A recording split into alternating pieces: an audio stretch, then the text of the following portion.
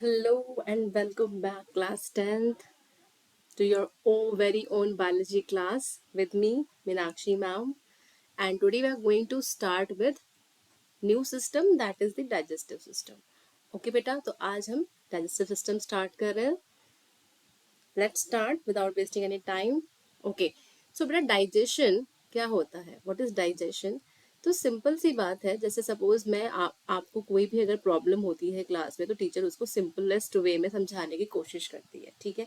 ऐसे ही आपकी बॉडी में जो डाइजेशन की प्रोसेस है वो एक ऐसी प्रोसेस है जिसमें हम कॉम्प्लेक्स सब्सटेंसेस को, कॉम्प्लेक्स फूड सब्सटेंसेस को सिंपल फॉर्म में, है ना, सिंपल फॉर्म में उसको कन्वर्ट कर रहे हैं. ठीक है, बॉडी उसको कन्वर्ट कर रही है ताकि वो सिंपलेस्ट फॉर्म में एब्जॉर्ब हो सके.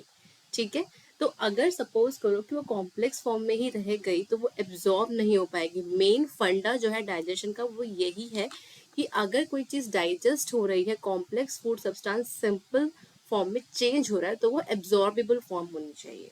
ठीक है, सो दैट बॉडी में उस वो जाके यूटिलाइज हो सके. ठीक है, तो digestion basically it is the process of conversion of complex food substances into simple and absorbable ones. Okay, so that is called as digestion. Okay बेटा, so जो digestion की process है, आप देखो कि हम पहले जब food खाते हैं तो सीधा डाइजेस्ट तो हो नहीं जाता है ना. तो there are different different steps, right. Different different steps होते हैं न्यूट्रिशन के. ठीक है, हम जब भी कोई चीज खा रहे हैं तो उसको न्यूट्रिशन, लाइक उसको हम लोग न्यूट्रिशन कहते हैं. ठीक है, क्या कहते हैं बेटा? न्यूट्रिशन. ठीक है, तो when we eat something we are getting nutrition out of it. So nutrition in animals के कुछ स्टेप्स होते हैं, right. Before digestion there are some other things also. So पहली चीज ये होती है कि पहले हम इंजेशन करते हैं, मतलब फूड को हम खाते हैं. ठीक है, we take a bite in our mouth and we start chewing it. तो इंजेशन पहली चीज होती है, taking the food in your mouth. ठीक है, उसके बाद जो नेक्स्ट प्रोसेस होती है, जब आपका फूड आपके माउथ में गया उसके साथ ही डाइजेशन स्टार्ट हो जाता है. क्योंकि माउथ में भी जैसे जैसे हम आगे बढ़ेंगे डाइजेशन की प्रोसेस में, हम ये पढ़ेंगे कि डाइजेशन कैसे हो रहा है, कौन से एंजाइम्स वहाँ वर्क कर रहे हैं, क्या हो रहा है. ठीक है, तो digestion is a second step. तो पहला स्टेप क्या हो गया बेटा? इंजेशन. और सेकेंड स्टेप क्या हो गया आपका? डाइजेशन. ठीक है, जिसमें फूड जो आपने खाया है वो डाइजेस्ट होना स्टार्ट हो जाएगा. और डाइजेशन की प्रोसेस में मैंने आपको बताया कि जो डाइजेशन की प्रोसेस है उसमें फूड कॉम्प्लेक्स सब्सटेंसेस से सिंपल सब्सटेंसेस में ब्रेक हो जाता है ताकि वो एब्जॉर्ब हो सके. तो ऑब्वियसली एब्जॉर्प्शन जो है वो आपका बन गया. Absorption is your third step of nutrition in animals. Fourth step क्या होता है? फोर्थ स्टेप है जो चीज एब्जॉर्ब हुई है उसको यूटिलाइज करना है. अब जैसे सपोज करो कि आपने बहुत सारे प्रोटीन रिच डाइट खाई. ठीक है, अब उस प्रोटीन रिच डाइट को खाने का फायदा ही क्या जब तक वो प्रोटीन आपकी बॉडी में एब्जॉर्ब नहीं होगा. ठीक है, तो एब्जॉर्प्शन होने के बाद नेक्स्ट स्टेप होता है आपका एसिमिलेशन. क्या होता है बच्चा? एसिमिलेशन. ठीक है बेटा, और फिफ्थ स्टेप जो होता है वो होता है आपका इजेशन. ठीक है, अब जो फूड आपने यूटिलाइज किया है बॉडी उसको या किसी ना किसी फॉर्म में लगा देगी, है ना. जैसे सपोज आपने प्रोटीन्स एब्जॉर्ब किए, ठीक है, तो प्रोटीन्स को किसी ना किसी फॉर्म में बॉडी के अंदर यूज करेगी. ठीक है, जैसे सपोज मसल्स को दे दिया या आपके हेयर को दे दिया, सो या आपकी किसी भी बॉडी पार्ट में जा सकता है प्रोटीन. ठीक है, तो मेनली हम प्रोटीन रिच डाइट क्यों खाते हैं? मसल्स फॉर्म करने के लिए, मसल्स बिल्डअप करने के लिए. ठीक है, तो assimilation is basically the utilization of the substances which has been absorbed already. Last step is जो फूड एब्जॉर्ब नहीं हुआ, जो फूड वेस्ट है जिसको हम अब बॉडी के अंदर नहीं रख सकते हैं, तो वो वाला जो फूड होता है which is undigested and unused, like which is not to be used in your body, that food will go out from your body and that is called as ejection. ठीक है बेटा, so you have noticed these 5 steps which are taking place in nutrition in animals.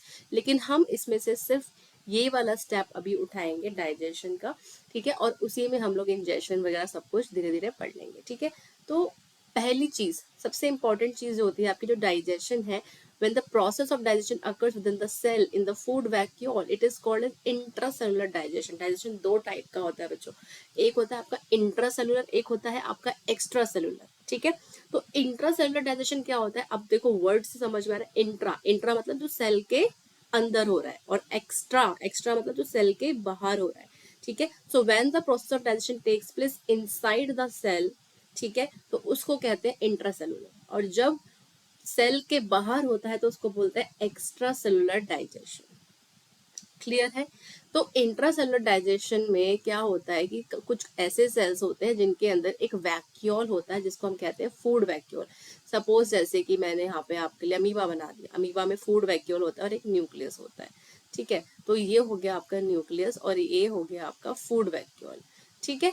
तो जो amoeba होता है वो क्या करता है, वो स्यूडोपोडिया फॉर्म करके फूड को एब्जॉर्ब कर लेता है, ठीक है। तो जब वो स्यूडोपोडिया फॉर्म करके फूड को एब्जॉर्ब करता है तो क्या होगा कि वो फूड वैक्यूल के अंदर फूड को डाइजेस्ट करेगा, ठीक है बेटा, फूड को क्या करेगा, डाइजेस्ट करेगा। तो ये चीजें ज्यादातर प्रोटोजुआ हो गए, जैसे कि amoeba, paramecium, Porifera, Coelenterata, Platyhelminthes, इन सब चीजों में होता है, ठीक है। लेकिन जो एक्स्ट्रा सेलुलर डाइजेशन होता है वो ज्यादातर उनमें होता है जिसमें एक्चुअली में फूड वैक्यूल नहीं है, जैसे फॉर एग्जांपल सिलेंट्रेट्स हो गए, ठीक है, प्लेटी, कुछ कुछ ऐसे ऑर्गेनिजम्स हैं जिनके अंदर ये होता है, जैसे कि फॉर एग्जांपल कॉर्डेटा फाइलम के कुछ ऐसे ऑर्गेनिजम्स हो गए, ठीक है। कुछ ऐसे प्लेटिहेल्मिन्थस होते हैं जो फ्री लिविंग नहीं है, ठीक है, मतलब जो फ्री लिविंग नहीं है, फ्री लिविंग में आपका होता है इंट्रासेलुलर डाइजेशन, ठीक है, लेकिन जो फ्री लिविंग नहीं है उनके अंदर होता है आपका एक्स्ट्रा सेलुलर डाइजेशन, ठीक है बेटा। नेक्स्ट हम आते हैं डाइजेस्टिव सिस्टम के पार्ट्स। तो डाइजेस्टिव सिस्टम के पार्ट्स कौन से हैं, क्या है डाइजेस्टिव सिस्टम, कैसे बना है। तो डाइजेस्टिव सिस्टम के मेनली दो पार्ट्स होते हैं, एक होता है आपका elementary canal which is the longest part of your digestive system, और सेकेंडली होता है आपका एक्सेसरी डाइजेस्टिव ग्लैंड्स। तो one by one we will see कि एलिमेंट्री कैनाल क्या है, एक्सेसरी डाइजेस्टिव ग्लैंड्स क्या है। सो एलिमेंट्री कैनाल जो है ना बेटा, वो एक लॉन्ग ट्यूब है, मतलब एक हॉलो ट्यूब है, बड़ी सी ट्यूब है जो मसल्स से बनी हुई है। किससे बनी हुई है, मसल्स से, ठीक है। अब पूरी एलिमेंट्री कैनाल जो क्या फॉर्म करे, डाइजेस्टिव सिस्टम फॉर्म करे, उसी से ईसोफेगस, डाइजेस्टिव सिस्टम के अलग अलग पार्ट जैसे कि स्टमक हो गया, ठीक है, इंटेस्टाइन्स हो गए, तो ये सारे जो पार्ट्स है बेटा वो एलिमेंट्री कैनाल ही फॉर्म कर रही है, ठीक है। तो एलिमेंट्री कैनाल एक लॉन्ग कॉइल ट्यूब है which is having muscular wall, and इनके अंदर एक एपिथेलियम होता है जिसको हम बोलते हैं ग्लैंडुलर एपिथेलियम। आपने क्लास 9 में ये पढ़ा है ग्लैंडुलर एपिथेलियम। ये एक ऐसा एपिथेलियम होता है जिसके अंदर कैपेबिलिटी होती है कुछ चीज सेक्रीट करने की, कुछ चीज बनाने की, जैसे फॉर एग्जांपल डाइजेस्टिव जूसेस। अब बिना डाइजेस्टिव जूसेस के या बिना डाइजेस्टिव एंजाइम्स के डाइजेशन की प्रोसेस होना भाई बहुत डिफिकल्ट है। तो इसीलिए जो ग्लैंडुलर एपिथेलियम होता है वो एलिमेंट्री कैनाल के अंदर प्रेजेंट होता है, ताकि जो डाइजेस्टिव जूसेस है वो सेक्रीट हो सके, क्योंकि इसका फंक्शन ही है सेक्रीट करना जूसेस को, ठीक है। तो जो एलिमेंट्री कैनाल है वो माउथ से एनस तक जाती है। कहाँ से जाती है बेटा, माउथ से एनस तक, ठीक है। तो ऑर्गन्स जो होंगे आपके जो एलिमेंट्री कैनाल में इंक्लूडेड है, जैसे कि for example alimentary canal actually starts from mouth, pharynx, oesophagus, stomach and intestine. तो ये सारे पार्ट जो है वो एलिमेंट्री कैनाल फॉर्म करते हैं। तो एक एक करके हम सारे पार्ट्स के बारे में पढ़ेंगे कि माउथ क्या है, फेरिंग्स क्या है, एसोफेगस कैसा दिखता है, स्टमक कैसा दिखता है, इंटेस्टाइन्स कैसी होती हैं, क्या फंक्शंस हैं। तो one by one will see. तो फर्स्ट ऑफ ऑल हम आते हैं आपका ओरल कैविटी पे। अब इसको हम लोग माउथ भी कहते हैं, है ना, इसको ओरल कैविटी भी कहते हैं, ठीक है, और इसको हम लोग बक्कल कैविटी भी कहते हैं। क्या कहते हैं बेटा, बक्कल कैविटी। अब इसको हम लोग एक और नाम देते हैं, जैसे अब सपोज माउथ बोल दिया हमने, अब मैंने आपको बोला कि इसको ओरल कैविटी, इसको बक्कल कैविटी भी बोले, बिकॉज ओरल कैविटी क्यों बोला, like because we are taking the food from the oral route. Oral route मतलब हम लोग माउथ के थ्रू ले रहे हैं, इसलिए इसको ओरल कैविटी भी कहा जाता है, ठीक है। अब ओरल कैविटी में देखो, सबसे ये जो लिप्स होते हैं हमारे, ये अपर लिप और ये लोअर लिप, ये क्या काम करते हैं, ये माउथ को क्लोज करने का काम कर रहा है, ठीक है। अब जैसे मैं बोल रही हूँ तो मेरा माउथ खुला हुआ है, लेकिन जब मैं बोलूंगी नहीं तो क्या होगा, माउथ क्लोज हो जाएगा, ठीक है। तो जब माउथ, तो बेसिकली अपर लिप और लोअर लिप क्या कर रहे हैं, माउथ को क्लोज करने का काम कर रहे हैं, ठीक है। अब देखो माउथ के अंदर सबसे इंपॉर्टेंट चीज होती है, we have a set of teeth, we have a tongue. तो we have a tongue which is muscular, है ना, इसके बारे में भी हम पढ़ेंगे। We have a teeth which is tongue which is muscular, ठीक है। उसके अलावा जो टीथ आप देख रहे हो, ये जो सारे टीथ हैं आपके, ये टीथ एक्चुअली में क्या कर रहे हैं, there helping us to grind the food. जो भी आप फूड खा रहे हो उसको ग्राइंड करने में हेल्प कर रहे हैं, ठीक है। उसके बाद आप ऊपर देखोगे, ये वाला जो पोर्शन होता है, ये वाला पोर्शन, इसको कहते हैं हार्ड पैलेट, ठीक है। और सॉफ्ट पैलेट उसके जस्ट नीचे, ये वाला जो पूरा पोर्शन होता है, ये पूरा पोर्शन आपका सॉफ्ट पैलेट होता है, ठीक है। और ये माउथ का फ्लोर है जहाँ पे टंग अटैच होती है। ये जो नीचे की तरफ है, ये सारा का सारा माउथ का फ्लोर होता है, ठीक है। और ये एक छोटा सा बेल लाइक स्ट्रक्चर जो है, इसको हम बोलते हैं यूवुला। जब आप मिरर के अंदर अपना माउथ खोलकर देखोगे तो you will see this hanging structure which is called as uvula, ठीक है। और साइड्स में ये हमारे टॉन्सिल्स होते हैं बेटा, ठीक है। जब कई बार ऐसा होता है, जब आपका थ्रोट इन्फेक्शन होता है ना, तो उस टाइम पे ये टॉन्सिल्स स्वेल अप हो जाता है and they cause a lot of pain, ठीक है। तो उसको, उस कंडीशन को क्या कहते हैं, टॉन्सिलाइटिस। तो उस केस में ये टॉन्सिल्स जो है वो स्वेल अप हो जाते हैं। तो इतना समझ में आ गया। मैंने आपको अपर लिप बताया, माउथ के अंदर क्या होता है, टीथ बताया, hard palate, soft palate, uvula, floor of mouth, ठीक है। उसके अलावा देर आर, जहाँ पे आपके टीथ होते हैं उसके जस्ट ऊपर जो पिंकिश कलर के एरिया दिखता है, उसको आप जिंजिवा बोलते हैं, मतलब कि गम्स। गम्स तो सबको पता है कि गम्स क्या होते हैं, ठीक है। तो इसको हम जिंजिवा कहते हैं। क्लियर? तो next, this is very important when you are studying the oral cavity, that you should know कि अब माउथ के क्या क्या फंक्शन है, टंग के क्या क्या फंक्शन है, ठीक है। माउथ को और क्या क्या बोला जाता है, ठीक है। टीथ के क्या फंक्शंस है और टीथ का स्ट्रक्चर कैसा है, these all things we are going to study now, ठीक है। अब जो माउथ है, mouth consist of vestibule and buccal cavity और ओरल कैविटी। अब वेस्टिब्यूल क्या है, वेस्टिब्यूल माउथ के अंदर दो चीजें हैं, एक तो वेस्टिब्यूल है और एक ओरल कैविटी या बक्कल कैविटी है। पहली चीज हम देखेंगे वेस्टिब्यूल। अब वेस्टिब्यूल क्या है, वेस्टिब्यूल इज बेसिकली स्पेस, ठीक है। एक पूरा स्पेस है which is bounded by externally by lips, है ना। ये पूरा जो स्पेस है, जब आप उसको ओपन करते हो तो जो माउथ है ना, वो पूरा एक्सटर्नली लिप्स से जिसको बोलते हैं बाउंड्री जो है वो लिप्स है उसके, ठीक है। और साइड्स में चीक्स है, internally there are gums and teeth. तो इस पूरे स्पेस को हम कहते हैं वेस्टिब्यूल, ठीक है, जिसमें लिप्स है बाहर, चीक्स है और अंदर की तरफ गम्स और टीथ है।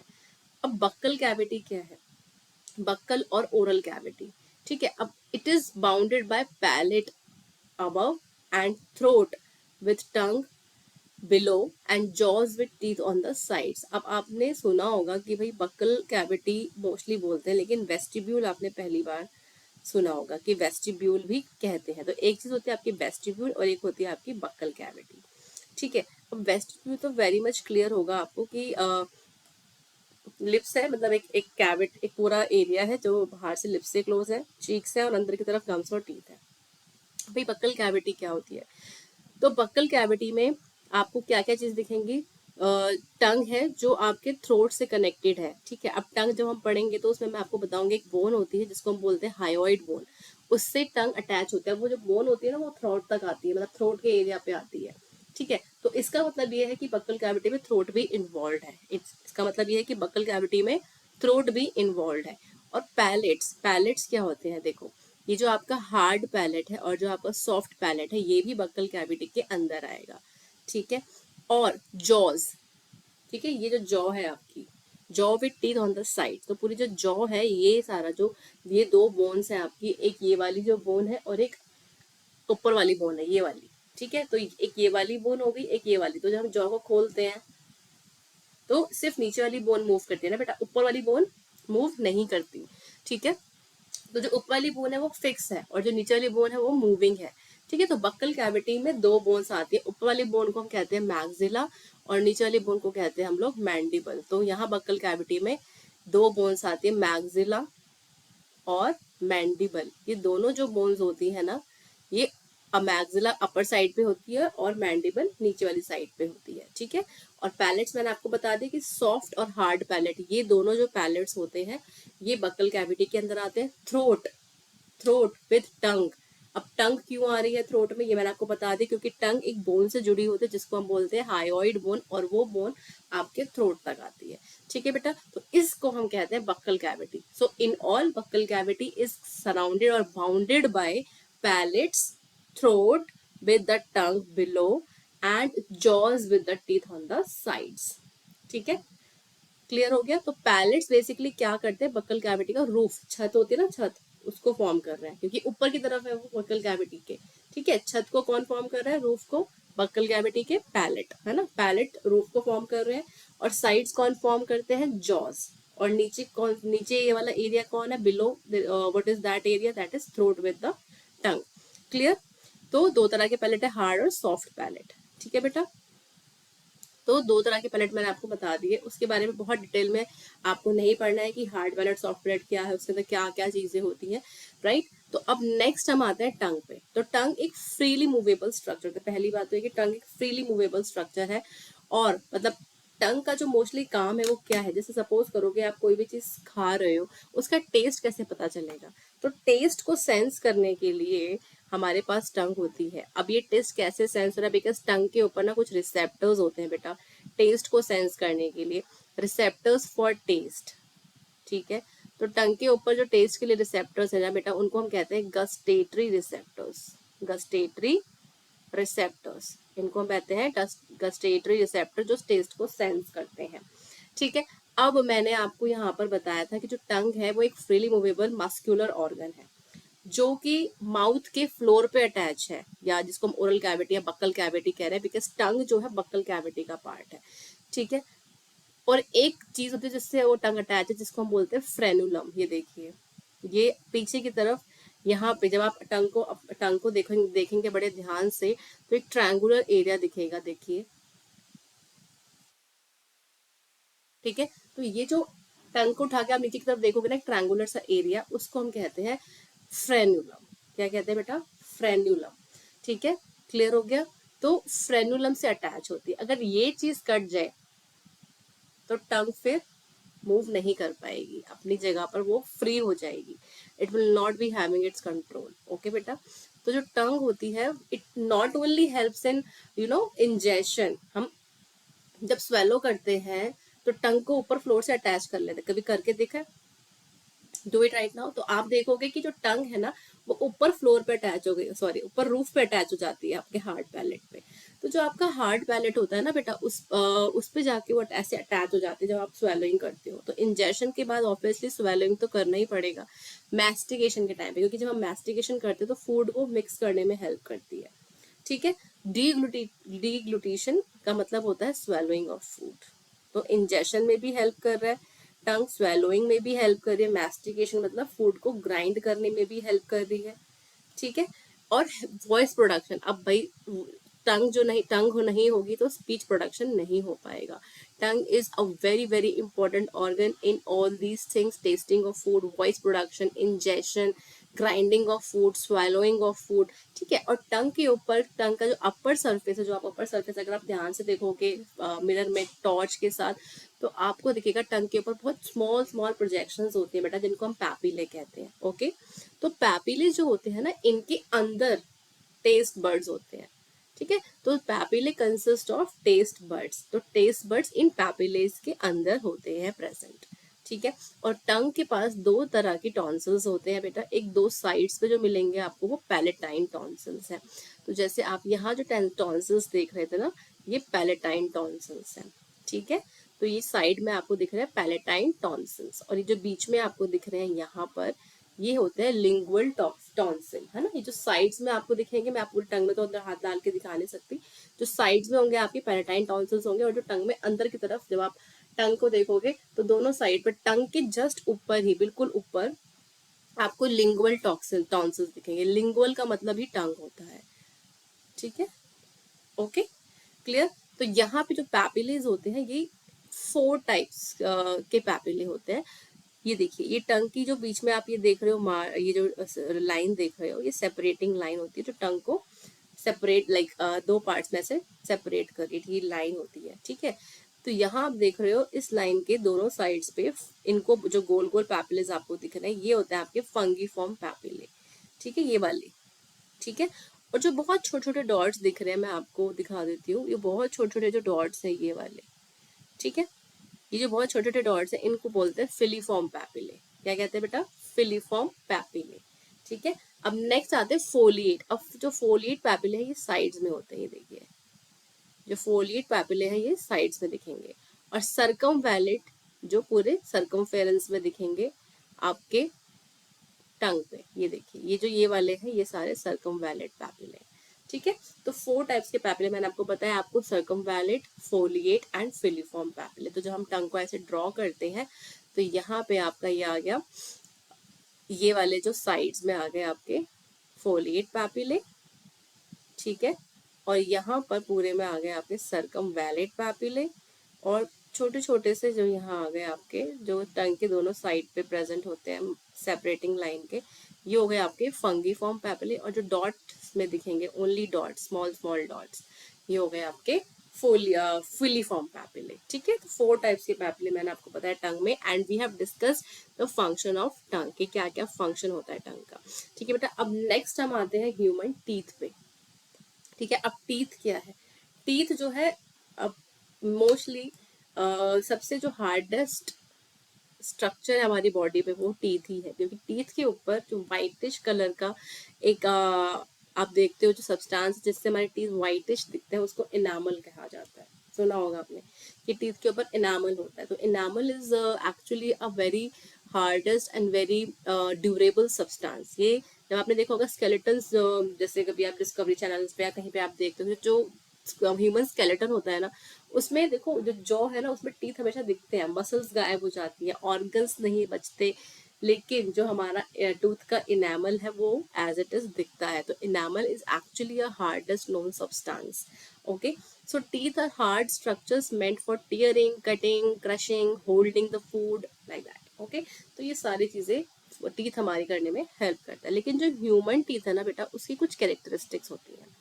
अब ह्यूमन टीथ की जो मेन हमें क्वेश्चन आता है ना वो हमारी कुछ कैरेक्टरिस्टिक्स के बेसिस पे आता है, ठीक है। तो जो ह्यूमन टीथ है ना बेटा वो एक्चुअली उसकी 3 कैरेक्टरिस्टिक है। पहली चीज, एक तो वो थीकोडोंट होते हैं, दूसरी चीज की वो हेटेरोडोंट होते हैं, और लास्ट चीज की वो डाइफियोडोंट होते हैं। Human teeth are diphyodont. तो एक एक करके मैं आपको बताऊंगी इन तीनों का मतलब क्या है। थीकोडोंट का पहले हम मतलब देखेंगे।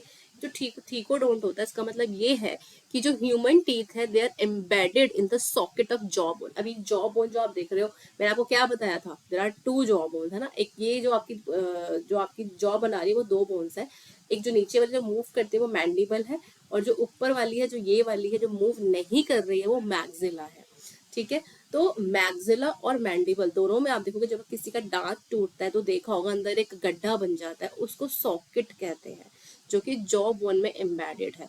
तो क्योंकि हमारे टीथ जो है एक सॉकेट में प्रेजेंट है तो इस टाइप के अरेंजमेंट को हम कहते हैं, उस सॉकेट को आप थीका भी बोल सकते हो, ठीक है। तो this type of arrangement in which the teeth are arranged in the sockets or theca of jawbone, it is called as thecodont, right? तो थीकोडोंट क्लियर हो गया। नेक्स्ट आते हैं हेटेरोडोंट पे। हेटेरोडोंट क्या होता है? हेटेरो मीन्स डिफरेंट, वेरियस अलग अलग वैरायटी। तो होमो का मतलब आपने पढ़ा है केमिस्ट्री में भी देखा, होमो मतलब सेम, सेम टाइप की चीजें। हेटेरो मतलब डिफरेंट डिफरेंट। तो हेटेरोडोंट का मतलब है कि हमारे पास अलग अलग टाइप के टीथ है। अभी दिखने में तो आपको लगता होगा सारे एक जैसे ही हैं, लेकिन ऐसा नहीं है कि जो हमारे पास जो है 4 अलग अलग टाइप के टीथ है, इंसीजर, केनाइन, प्रीमोलर्स और मोलर्स, ये मैं आपको बताऊंगी। तो हमारे पास 4 डिफरेंट डिफरेंट टाइप के टीथ होते हैं, इंसीजर्स, केनाइन, प्रीमोलर्स और मोलर्स। तो इनका शॉर्ट फॉर्म लिखा है, पूरा अभी दिखाऊंगी अच्छे से कि कौन सा कैसा दिखता है। तो ये हो गया हमारा हेट्रोडोंट। अब नेक्स्ट जो कैरेक्टरिस्टिक है वो है डाइफियोडोंट। डाइफियोडोंट का मतलब होता है कि पूरे लाइफ टाइम में ह्यूमंस में 2 बार टीथ आते हैं, तीसरी बार टूटा तो नहीं आएगा, ठीक है। तो पहली बार जब किसी बेबी के टीथ आते हैं तो उसको हम कहते हैं मिल्क टीथ। क्या कहते हैं बेटा?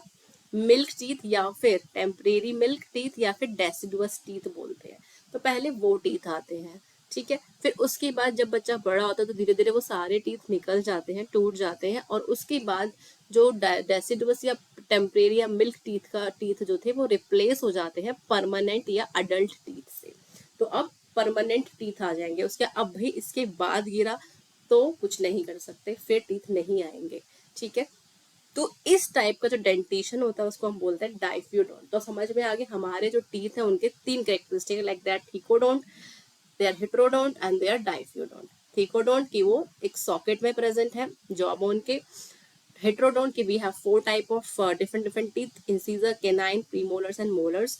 डाइफ्यूडोंट की पूरे लाइफ टाइम में हमारे टीथ दो बार आते हैं, पहली टेम्परेरी और मिल्क टीथ या डेसिडुअस टीथ, और दूसरी बार जब वो टीथ गिर जाते हैं तो परमानेंट सेट ऑफ टीथ हमें जॉ में मिल जाते हैं। ठीक है, तो teeth can be distinguish as homodont और हेटेरोडोंट। कुछ कुछ में सबके एक जैसे, लाइक होमोडोंट वो होते हैं जिनके टीथ सारे एक जैसे होंगे, कोई अलग अलग टाइप नहीं होगा टीथ का। और हेटेरोडोंट वो जिसमें डिफरेंट डिफरेंट स्ट्रक्चर होंगे, डिफरेंट डिफरेंट टाइप होंगे और सबके डिफरेंट डिफरेंट फंक्शंस होंगे। ठीक है, तो होमोडोंट में क्या होता है, जब और सारे के सारे टीथ स्ट्रक्चरली भी सेम होंगे और फंक्शनली भी सेम होंगे, मतलब स्ट्रक्चर तो सेम है ही, फंक्शन भी सेम है, तो ऐसे जो टीथ होते हैं उनको होमोडोंट कहते हैं। ठीक है, और हेटेरोडोंट वो टीथ होते हैं जिनके अंदर जिनका स्ट्रक्चर भी अलग है और फंक्शन भी अलग है। ठीक है, जैसे कि ह्यूमंस। ठीक है, समझ में आ गया इतना। तो we have four different types of teeth. अब यहाँ मैंने आपको बताया था कि हमारे पास इंसीजर है, कैनाइन है, प्रीमोलर्स और मोलर्स है। ठीक है, तो बेटा देखो इंसीजर्स कुछ ऐसे दिखते हैं, कैनाइन्स ऐसे दिखते हैं और प्रीमोलर्स और ये मोलर्स। ठीक है, तो इंसीजर्स जो होते हैं, ये देखिए मैं आपको यहाँ भी दिखा देती हूँ, ये देखिए। तो इंसीजर्स जो होते हैं वो चिसल शेप के होते हैं, इनका जो एज होता है वो थोड़ा सा मतलब इतना शार्प नहीं, हाँ शार्प होता है। और कैनाइन जो होते हैं वो स्लाइटली और शार्प होते हैं इंसीजर से। ठीक है, स्लाइटली पॉइंटेड और more sharp than the incisors. ठीक है, और प्री मोलर्स जो होते हैं दे हैव टू कस्प। अब अगर आप यहाँ देखो प्री मोलर्स के, ये जो आप नीचे देख रहे हो ना, इनको कस्प कहते हैं। क्या कहते हैं बेटा? कस्प। तो इनके टू कस्प होते हैं। ठीक है, दे हैव, यहाँ पे एक कस्प और दिखाना था, यहाँ पे दो कस्प होते हैं। ठीक है बेटा, वन और they are two cusp and one और टू रूट्स। ठीक है, ये देखिए, ये सॉरी, ये वाले जो आपके होते हैं ना, मैं भूल गई, ये वाले कस्प होते हैं। ठीक है, और ये रूट होती है। तो रूट जो है एक भी हो सकती है और दो भी हो सकती है। तो ऊपर वाला आपका कस्प हो गया जो दिख रहा है हमें एक्चुअली में ऊपर की तरफ, है ना।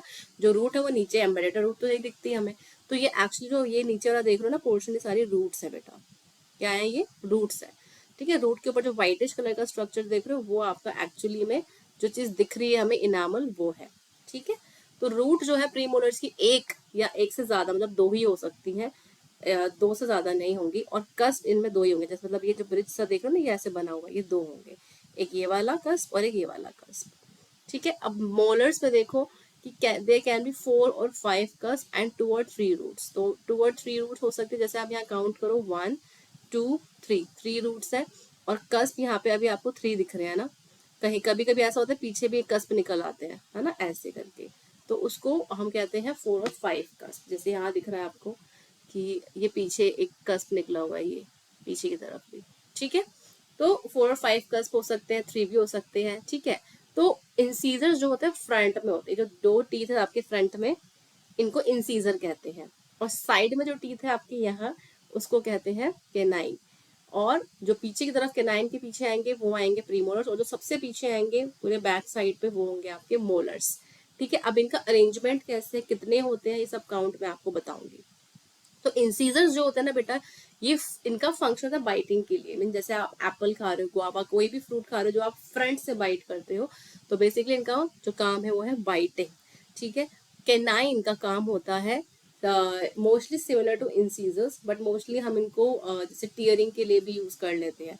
ठीक है, प्री मोलर्स को हम लोग ग्राइंडिंग के लिए मोस्टली यूज करते हैं, मोस्टली ग्राइंडिंग के लिए यूज करेंगे। और कैनाइंस को हम लोग टीयरिंग के लिए मोस्टली यूज करेंगे। और बाकी फंक्शन तो जैसे इंसीजर का है वही सेम फंक्शन होगा। ठीक है, और मोलर्स और प्री मोलर्स का सबसे इंपॉर्टेंट काम है चूइंग एंड ग्राइंडिंग। तो प्री मोलर्स और मोलर्स का काम है chewing and grinding. Okay, clear. तो टीथ जो है वो 4 टाइप के हो गए। इंसीजर का काम है बाइटिंग करना, कैनाइंस का काम है बाइटिंग प्लस टीयरिंग दोनों, और प्री मोलर्स का काम है chewing and grinding of food, और मोलर्स का काम भी chewing and grinding the food. ठीक है, तो अब हम आते हैं एक बहुत इंपॉर्टेंट टॉपिक पे जिसको हम कहते हैं डेंटल फॉर्मूला। ठीक है, अब हम इस टॉपिक पे आएंगे, डेंटल फॉर्मूला। बेटा देखो, जो डेंटल फॉर्मूला होता है वो पहले हम देखेंगे अडल्ट्स में, ठीक है बेटा, अडल्ट्स में। तो अडल्ट्स में जब हम देखेंगे, सपोज मैंने यहाँ पे जॉ बना दिया। अब आप बोलोगे मैम ये जॉ आपने आधा अधूरा क्यों बनाया है? जॉ आधा अधूरा बेटा इसीलिए बनाया है, ये देखिए मैं बताती हूँ क्यों बनाया है। ठीक है, यहाँ पे हमारे टीथ है, इसको मैंने दो पार्ट्स में ऐसे डिवाइड कर दिया। ये आपकी अपर जॉ है और ये आपकी लोअर जॉ है। यू का मतलब अपर जॉ, ठीक है, और एलजी का मतलब है लोअर जॉ। तो अपर जॉ को मैंने दो पार्ट्स में डिवाइड कर दिया, राइट और लेफ्ट। ऐसे ही मैंने लोअर जॉ को डिवाइड कर दिया राइट और लेफ्ट में, ठीक है। तो ये आपके दो पार्ट्स हो गए, राइट लेफ्ट, अपर जॉ के और लोअर जॉ के। अब हमारा फॉर्मूला होता है 2-1, अडल्ट डेंटल फॉर्मूला होता है 2123/2123। अब इसमें आप देखोगे कि जो 2123 है वो क्या है। 2 is basically incisor, 1 is canine, 2 is premolar and 3 are molars, ठीक है। तो अब आप ये देखोगे तो जो अपर जॉ है इसमें जो टीथ आप देख रहे हो, यहाँ पे कुछ टीथ है और यहाँ पर भी टीथ है, ठीक है। फिर यहाँ भी बना देते हैं हम, ठीक है, और यहाँ भी बना देते हैं, ठीक है। तो कहने का मतलब ये है कि जो अपर जॉ है ना, ये सपोज ये फॉर्मूला मैंने अपर जॉ के लिए लिख लिया है, ठीक है। ये ऊपर की तरफ जो अपर जॉ में राइट साइड और लेफ्ट साइड, राइट साइड पे 2123 मतलब 2 इंसीजर है राइट साइड पे, 1 कैनाइन है। ये राइट साइड का हो गया, ये लेफ्ट साइड का हो गया। तो राइट साइड पे आपके कितने हो गए इंसीजर्स? 2 इंसीजर्स, 1 कैनाइन, ठीक है। तो ये 2 इंसीजर्स हो गए, एक कैनाइन हो गया आपका, और 2 हो गए आपके प्रीमोलर्स और 3 हो गए आपके मोलर्स, ठीक है। तो इस तरीके से जो राइट साइड है आपकी उसमें 2123 मतलब 2 incisors, 1 canine, 2 premolars and 3 molars. ऐसे सेम वे अगर आप लेफ्ट साइड का देखोगे तो लेफ्ट साइड में भी, अब नीचे आ जाओ, लेफ्ट साइड में 2 incisors, 1 canine, 2 premolars and 3 molars. तो इसीलिए इसको लेफ्ट और राइट साइड में डिवाइड किया अपर जॉ को। सेम वे आप लोअर जॉ को देखोगे तो लोअर जॉ में भी जो फॉर्मूला होगा भाई वो तो सेम ही होगा, 2 इंसीजर, 1 कैनाइन, 2 प्रीमोलर्स और 3 मोलर्स। तो इस तरीके से जो हमारे पास टोटल टीथ आते हैं अपर जॉ को अगर हम देखें और लोअर जॉ को देखें, तो अपर जॉ में भी राइट साइड लेफ्ट साइड और लोअर जॉ में भी राइट साइड और लेफ्ट साइड को अगर हम काउंट करें तो ऊपर वाले आपके कितने हैं? 2 + 2, अब ये हो गए हमारे, ये कितने हो गए? 8। तो अब देखो 8 + 8 कितने हो गए? राइट और लेफ्ट को मिला के 8 + 8 कितने हो गए? 16। तो अपर जॉ में कितने हो गए बेटा? 16, राइट और लेफ्ट साइड को मिला के। ऐसे ही लोअर जॉ में भी राइट और लेफ्ट साइड के टीथ मिला के कितने हो गए? 16। तो 16 + 16 कितने हो गए? 32 टीथ। तो इसीलिए हमारे पास टोटल जो टीथ होते हैं वो कितने होते हैं? 32 टीथ। तो अडल्ट डेंटल फॉर्मूला हमारा क्या होता है? जो स्टैंडर्ड फॉर्मूला है वो ये होता है। अब ये फॉर्मूला 2123 क्यों होता है मैंने आपको बता दिया कि हमारी जो जॉ है वो अपर जॉ और लोअर जॉ में डिवाइडेड है। उसमें भी हमने राइट और लेफ्ट करके डिवाइड कर दिया है। राइट साइड पे भी जो फॉर्मूला है वो 2123 बनता है, यहाँ भी 2123, नीचे भी 2123 और राइट साइड पे भी 2123। तो हर जगह जब 2123 बन रहा है तो स्टैंडर्ड फॉर्मूला भाई यही हो जाएगा ना, 2123, 2123/2123। अब टोटल काउंट कर लो आप, इंसीजर कितने हो गए? सारे इंसीजर्स काउंट कर सकते हो आप आराम से, ठीक है। देखो इंसीजर काउंट कर लो पहले, अपर जॉ के कितने हो गए? राइट और लेफ्ट साइड पे 2 और 2 4, ठीक है। और कैनाइन कितने हो गए? 1 और 1 2, ठीक है। प्री मोलर्स काउंट करो, 2 + 2 = 4। मोलर्स काउंट करो, 3 + 3 = 6। तो ऐसे ही लोअर जॉ के काउंट कर लो तो टोटल कितने हो गए आपके इंसीजर्स? यहाँ पे 4 है, या लोअर जॉ में भी 4 है, तो 4 + 4 कितने हो गए? 4 + 4 हमारे कितने हो गए? 8 इंसीजर्स। अब कैनाइन काउंट कर लो, कैनाइन यहाँ पे 2 है अपर जॉ में और यहाँ पर भी 2 है लोअर जॉ में। तो 2 + 2 बेटा कितने हो गए आपके? और 2 + 2 कितने हो गए? 4। अब नेक्स्ट आ गए हम प्री मोलर्स पे, ठीक है। प्री मोलर्स में देखो कि प्री मोलर्स कितने हैं यहाँ पे अपर जॉ में? 2 + 2 4 और लोअर जॉ में 2 + 2 4। तो 4 + 4 कितने हो गए आपके? 8, ठीक है। मोलर्स काउंट करो, मोलर्स काउंट करोगे 3 + 3 6, 3 + 3 6, 6 + 6 कितने हो गए? 12, ठीक है। तो ये सारे के सारे जब आप काउंट करोगे तो 8 + 8 इज आपके हो गए 16, 16 + 4 इज 20, 20 + 12 इज 32 टीथ। तो हमारे टोटल टीथ कितने आ गए बेटा? 32 टीथ। तो ये जो आपका है डेंटल फॉर्मूला, जो कि सबको बहुत ट्रिकी लगता है, ऐसा नहीं है, ये बहुत सिंपल है। इसको सिंपल से करके मैंने आपको बता दिया है। अगर तब भी कोई डाउट होगा तो आप कमेंट सेक्शन में लिख के जरूर बताइएगा। ओके, तो अब हम नेक्स्ट आते हैं। भाई बेबीज में ऐसा क्या होता है, बेबीज में थोड़ा बहुत अलग तो कुछ होता होगा ना, बच्चों में कैसा होता है। तो बच्चों में आपको पता है कि कौन से टीथ आते हैं, मिल्क टीथ। बेटा कौन से टीथ आते हैं, मिल्क टीथ। तो जो बच्चों में मिल्क टीथ या टेम्परेरी टीथ बोल लो या डेस्टिवस टीथ बोल लो, तो मिल्क टीथ में जो बेबीज का डेंटल फॉर्मूला होता है, DF लिख देते हैं डेंटल फॉर्मूला, वो होता है 2102/2102। यहाँ पे बेटा प्री मोलर्स नहीं होते, इंसीजर होते हैं, केनाइन होते हैं, प्री मोलर्स एक भी नहीं होता और मोलर्स होते हैं। ठीक है, तो जब जो बच्चे होते हैं ना, उनके अंदर जो टोटल टीथ है, अब बस मोलर्स को हटा दो, जैसा सॉरी प्री मोलर्स को हटा दो यहाँ से। जो हमने प्री मोलर्स काउंट किए थे, कितने थे, 8 काउंट किए थे।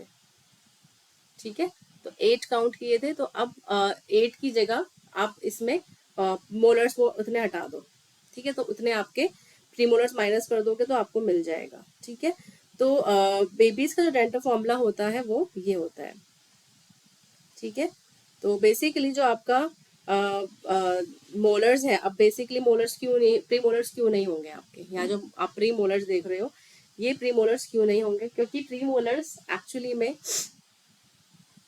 जैसे आप इनका जॉ देखोगे तो आपको ये 2 इंसीजर दिखेंगे, एक केनाइन दिखेगा, लेकिन प्री मोलर्स की जगह आपको यहाँ पे 2 मोलर्स दिखेंगे ऐसे।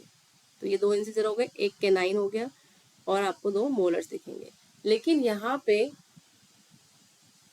आपको प्री मोलर्स नहीं दिखेंगे। लेकिन अब ये प्री मोलर्स कब आएंगे, मेन क्वेश्चन तो ये कि आते कब है, क्या ये टेम्पररी टीथ में धीरे धीरे आते रहते हैं या बाद में आते हैं। तो इसका आंसर ये है बेटा कि जो मिल्क टीथ है, दे एक्चुअली हैव, जब तक मिल्क टीथ रहते तब तक प्री मोलर्स नहीं आते। तो जब मिल्क टीथ हट जाते हैं और मिल्क टीथ रिप्लेस हो जाते हैं परमानेंट टीथ से, तब आपके प्री मोलर्स उसमें आते हैं। तो प्री मोलर्स कब आएंगे, जब मिल्क टीथ रिप्लेस हो जाएंगे परमानेंट टीथ से। तो इतना समझ में आएगा कि बेबीज के पास कौन से टीथ नहीं होते हैं। ठीक है, तो ये हमने देखा। टूथ का स्ट्रक्चर कैसा होता है ये देख लेते हैं कि टूथ का स्ट्रक्चर है, ये देखिए। ये सबसे ऊपर मैंने आपको बताया था इनामल होता है, जो व्हाइटिश कलर का हमें दिखता है, जो हार्डेस्ट सब्सटेंस है। तो सबसे ऊपर हमें यही नजर आएगा, इनामल। इनामल के नीचे जो आप येलो कलर का लेयर देख रहे हो, इसको कहते हैं डेंटाइन। डेंटाइन के अंदर एक पिंकिश कलर का स्ट्रक्चर, जिसको हम बोलते हैं पल्प, और पल्प के अंदर बहुत सारे नर्व्स और ब्लड सप्लाई होती है। तो जब भी हमें कोई कैविटीज हो जाती है टीथ के अंदर, तो वो कैविटी का जो पेन होता है, वो एक्चुअली जब वो कैविटी पल्प तक आ जाती है तब आता है पेन। ठीक है, लेकिन अगर कोई कैविटी इनामल या डेंटाइन के रीजन में है तो ऐसा इतना पेन नहीं होता। लेकिन जब वो पल्प तक पहुंच जाता है, because pulp has the rich supply of nerves and blood vessel, and आपको पता है कि पेन कब आता है, जब कोई चीज नर्व्स को टच करती है। ठीक है, तो pulp actually causes, sorry, it has a lot of nerves and blood vessels. तो कोई भी चीज अगर पल्प तक पहुंच रही तो वो पेन कॉज करेगी। और ये आपके गम्स, जो पिंकिश कलर के आप देख रहे हो, gums which are holding the teeth, gingiva कहते हैं। उसके बाद नीचे आप जो देख रहे हो, पूरी जो ये वाली बोन है, ये मैंडिबल, ठीक है, या मैग्जिला, इसको कहते हैं जॉ बोन। ठीक है, इसके अंदर टीथ एम्बेडेड है। एंड टीथ के अंदर, अब टीथ के अंदर देखो आप, ये जो रूट है, ये बड़ी बड़ी जो रूट्स नीचे की तरफ आ रही है, जॉ बोन में सिचुएटेड है। तो ये सारा आपका टू टीथ हो गया, सॉरी, ये रूट हो गया, रूट कैनाल। तो आपने सुना होगा RCT, रूट कैनाल ट्रीटमेंट कराते हैं लोग जिनके दांत खराब हो जाते हैं। तो रूट कैनाल ट्रीटमेंट यहाँ होता है नीचे की तरफ बिल्कुल। तो ये कैनाल है, रूट कैनाल है, जिसके अंदर पल्प कैविटी से रूट कैनाल बनती है। देखो पल्प, पल्प में से ये रूट कैनाल निकली, और उस रूट कैनाल के अंदर नर्व्स और ब्लड वेसल्स है। तो ये रूट कैनाल हो गया। ठीक है, उसके बाद ये जो आप देख रहे हो नेक्स्ट, मैं आपको दूसरे कलर से दिखा देती हूँ। तो ये जो नेक्स्ट आप देख रहे हो, let's, I will take dark blue colour. Okay, तो ये वाला जो रीजन आप देख रहे हो बेटा, दिस रीजन है ना,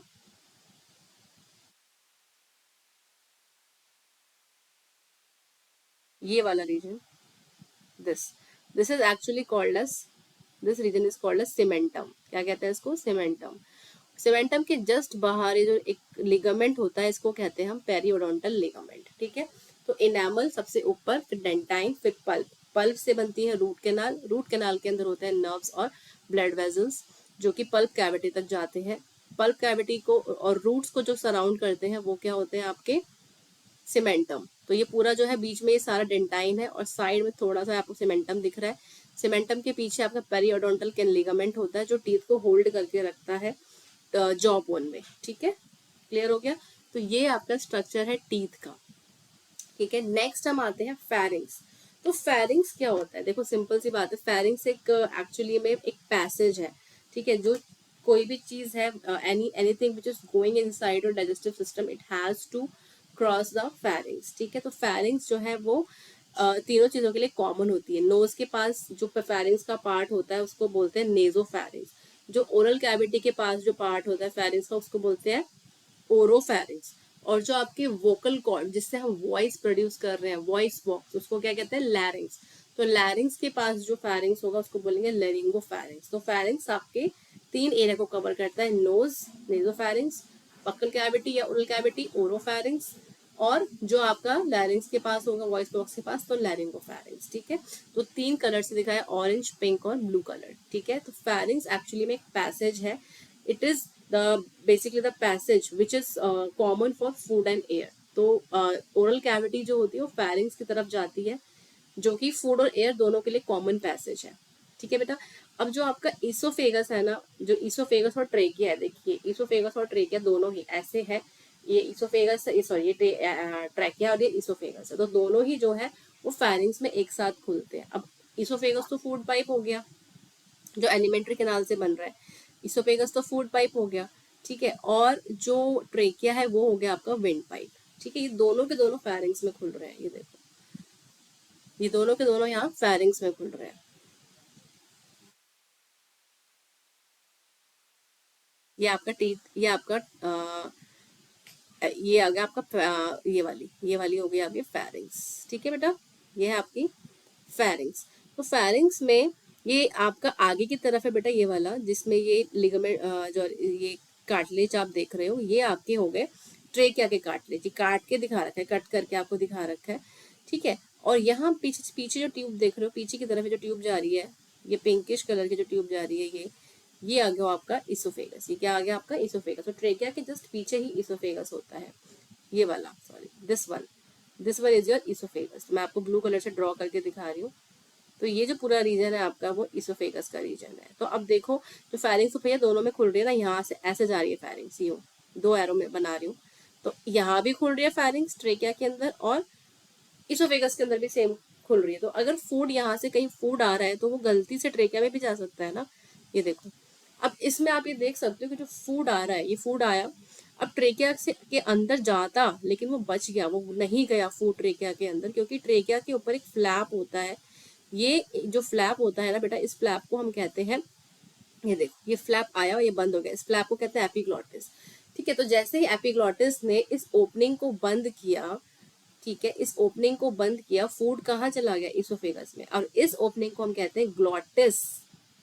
the opening above the trachea is called as glottis which is closed by this cartilaginous flap which is called as epiglottis. तो एपिग्लॉटिस क्या है बेटा, ये एक फ्लैप है, एक दरवाजे की तरह है, जो बंद हो जाएगा जब फूड हम स्वेलो करेंगे। तो जब भी फूड हम स्वेलो करते हैं, एपिग्लॉटिस जो है वो ग्लॉटिस को क्लोज कर देता है, फूड ट्रेकिया के अंदर नहीं जा पाता, वो सीधा इसोफेगस में चला जाता है।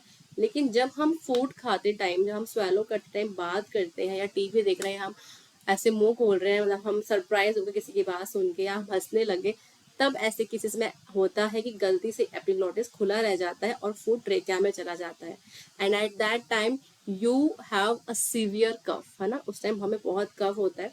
तो उस कफ के चलते आपके टीयरी आईज हो जाती हैं, और आपके थ्रोट में भी जो टिंगलिंग होनी शुरू हो जाती है। ठीक है, ये तब होता है। ठीक है, तो फेरिंग्स समझ में आ गया सबको कि फेरिंग्स क्या है। फेरिंग्स में कार्टिलेजिनस फ्लैप होता है, एपिग्लॉटिस जो स्वेलोइंग के टाइम पे जो ट्रेकिया के ऊपर एक ओपनिंग है ग्लॉटिस, उसको क्लोज कर देता है ताकि फूड ट्रेकिया में ना जाकर सीधा इसोफेगस में चला जाए। तो ये आपको ट्रेकिया फेरिंग्स समझ में आ गया। ठीक है, अब नेक्स्ट हम आते हैं कि जो एलिमेंट्री कैनाल होता है वो सबसे पहले, लाइक हमारा जो डाइजेस्टिव सिस्टम है वो एलिमेंट्री कैनाल माउथ से स्टार्ट हो जाता है। तो एलिमेंट्री कैनाल जो एक लॉन्ग ट्यूब फॉर्म कर रहा है उसको बोलते हैं इसोफेगस। तो ये 25 सेंटीमीटर्स की होती है, oesophagus is of about 25 centimetre. तो इस तरीके से ये होती है, ये आप देखोगे। तो ये एक ट्यूब है जो इस तरीके से दिखती है and it opens in your stomach, it opens in your stomach. ठीक है, तो oesophagus is a thin long tube about 25 centimetre which extend posteriorly. अब इसको हम पोस्टीरियरली क्यों बोल रहे हैं, क्योंकि वो ट्रेकिया के पीछे से जाती है। कोई चीज अगर पीछे से जा रही है तो उसको हम बोल रहे हैं पोस्टीरियरली, तो और आगे से जा रही है तो एंटीरियरली। तो बिकॉज इसोफेगस पीछे से जा रही है इसको बोल रहे हैं posteriorly. It is passing posteriorly through the neck, मतलब यहाँ ट्रेकिया के पीछे से जा रही है। ठीक है, थोरैक्स मतलब चेस्ट कैविटी को क्रॉस करे, पूरा नेक से चेस्ट के अंदर जा रही है और डायफ्राम को क्रॉस करते हुए, डायफ्राम आपको पता है क्या, डायफ्राम एक शीट ऑफ मसल है जिसके ऊपर लंग्स ऐसे रखे हुए हैं। तो डायफ्राम को क्रॉस करते हुए वो ओपन होती है जे शेप्ड बैग में जो मैंने यहाँ बनाया है। तो सपोज यहाँ डायफ्राम है, तो यहाँ डायफ्राम को इसने क्रॉस कर लिया, डायफ्राम को क्रॉस करके वो जाती है आपके सीधा, डायफ्राम को क्रॉस करके सीधा जाती है आपके स्टमक में।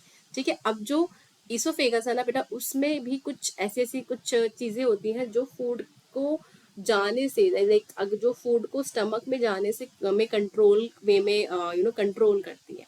ठीक है, अब सपोज करो कि फूड यहाँ था, फूड ट्रिपल डाउन होके नीचे की तरफ आ रहा है आ रहा है आ रहा है, तो यहाँ पे जैसे ही वो फूड एंटर करेगा ना, तो यहाँ पर एक चेक पॉइंट होता है, एक उसको चेक पॉइंट बोल सकते हो। उसको हम, उस चेक पॉइंट को हम कहते हैं स्फिंक्टर। तो स्फिंक्टर जो होता है मस्क्यूलर होता है, ठीक है, मसल से बना हुआ होता है। तो इसको बोलते हैं हम लोअर इसोफिजियल स्फिंक्टर। एक स्फिंक्टर आपका ऊपर भी होता है जिसको अपर इसोफिजियल स्फिंक्टर कहते हैं, और एक स्फिंक्टर होता है आपका नीचे की तरफ जो स्टमक में जस्ट एंटर करने से पहले, इसको बोलते हैं लोअर इसोफिजियल स्फिंक्टर।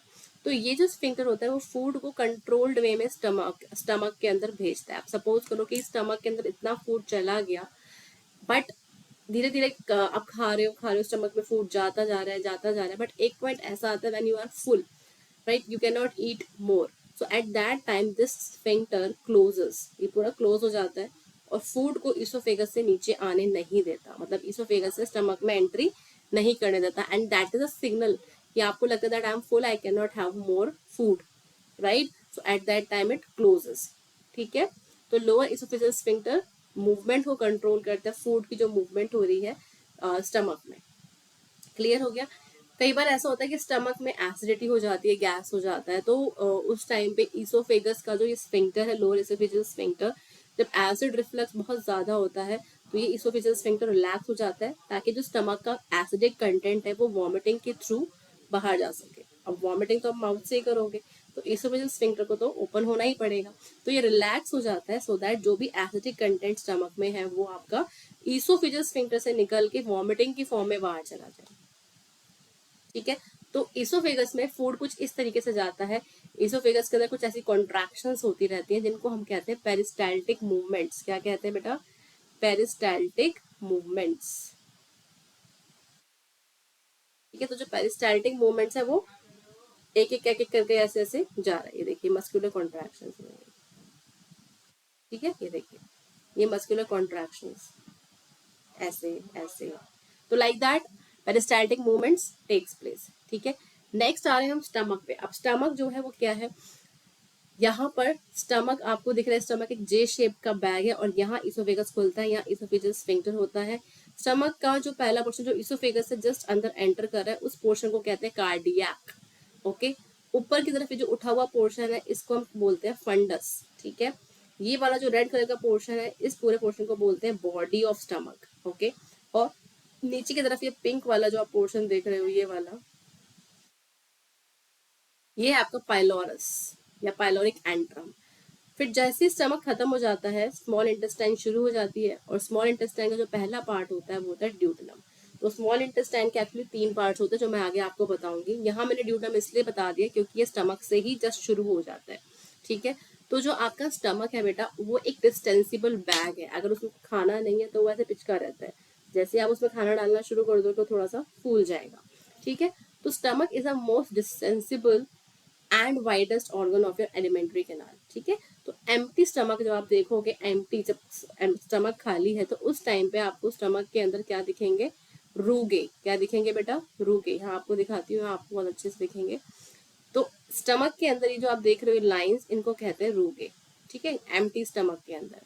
ठीक है, तो इनको कहते हैं गैस्ट्रिक रोगे, जो डिसअपियर हो जाते हैं जैसे ही फूड, जैसे ही आपका स्टमक डिस्टेंड हो जाता है, फूड उसके अंदर भर जाता है, तो वो ऑटोमेटिकली डिसअपियर हो जाते हैं। ठीक है, तो loss of gastric rugae are the earliest sign of stomach cancer. तो सपोज करो कि कई बार ऐसा होता है कि स्टमक के अंदर फूड है तो रोगे गायब हो रहे हैं, डिसअपियर हो रहे हैं, लेकिन समटाइम जो गैस्ट्रिक रोगे हैं वो खाली स्टमक में भी नहीं दिख रहे हैं, मतलब धीरे धीरे उनकी अपियरेंस कम हो रही है ना। तो उसको हम बोलते हैं स्टमक कैंसर, वो स्टेज होती है, क्योंकि उनको खाना खा लेंगे तो रोगे डिसअपियर हो ही जाते हैं, लेकिन जब हम फूड नहीं भी खा रहे हैं तो भी अगर रोगे नहीं दिख रहे हैं एम्प्टी स्टमक में भी, तो it is the earliest sign of the stomach cancer. ठीक है, and I told you stomach के तीन पार्ट्स होते, तीन रीजन्स होते हैं, cardiac, fundus, body and pyloric antrum. ठीक है, तो स्टमक के ये रीजन्स होते हैं। ठीक है, तो थ्री मेजर रीजन कौन से हैं, कार्डियक, फंडस और पाइलोरस, ये तीन मेजर रीजन्स होते हैं अगर आप बॉडी को छोड़ दो। ठीक है, तो अब क्या है कि जो कार्डियक पोर्शन है स्टमक का, it is so called, cardiac portion इसको क्यों बोल रहे हैं इस वाले पोर्शन को, क्योंकि ये हमारे हार्ट के बहुत पास होता है। राइट, कार्डियक पोर्शन को कार्डियक इसलिए बोल रहे हैं क्योंकि ये हार्ट के काफी पास है, और यहाँ पे एक स्फिंक्टर होता है, कार्डियक स्फिंक्टर। ठीक है, इस पोर्शन पे एक स्फिंक्टर होता है जिसको कार्डियक स्फिंक्टर कहते हैं। कई बार आपने सुना होगा कि जब भी एसिड रिफ्लक्स होता है तो हमें कई बार जलन होती है ना, आप कहते हो हार्ट बर्न्स हो रहे हैं, तो हार्ट बर्न्स इसीलिए होते हैं बिकॉज जब एसिड कार्डियक पोर्शन तक पहुंच जाता है तो हार्ट बर्न्स होने शुरू हो जाते हैं। ठीक है, क्योंकि वो जो पोर्शन है वो हार्ट के पास सिचुएटेड है।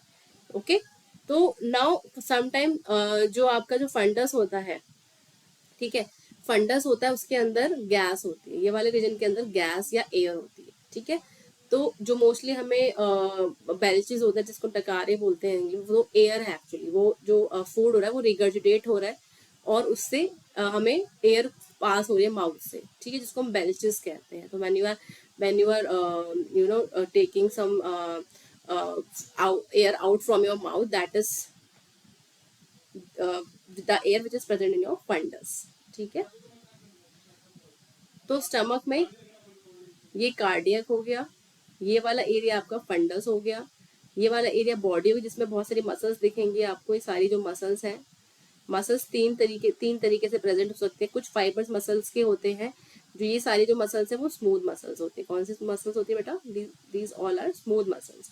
तो यहाँ पे कुछ पोर्शन जो होते हैं, ये वाले पोर्शन और ये आपके जो फाइबर्स ये सर्कुलर वे में जा रहे हैं ऐसे ऐसे, तो ये सर्कुलर लेयर हो गई, और इसके फाइबर्स आपके जा रहे हैं ओब्लिक, तो ये ओब्लिक लेयर हो गई, और इसके जो फाइबर्स जा रहे हैं वो आपके लॉन्गिट्यूडनली जा रहे हैं ऐसे।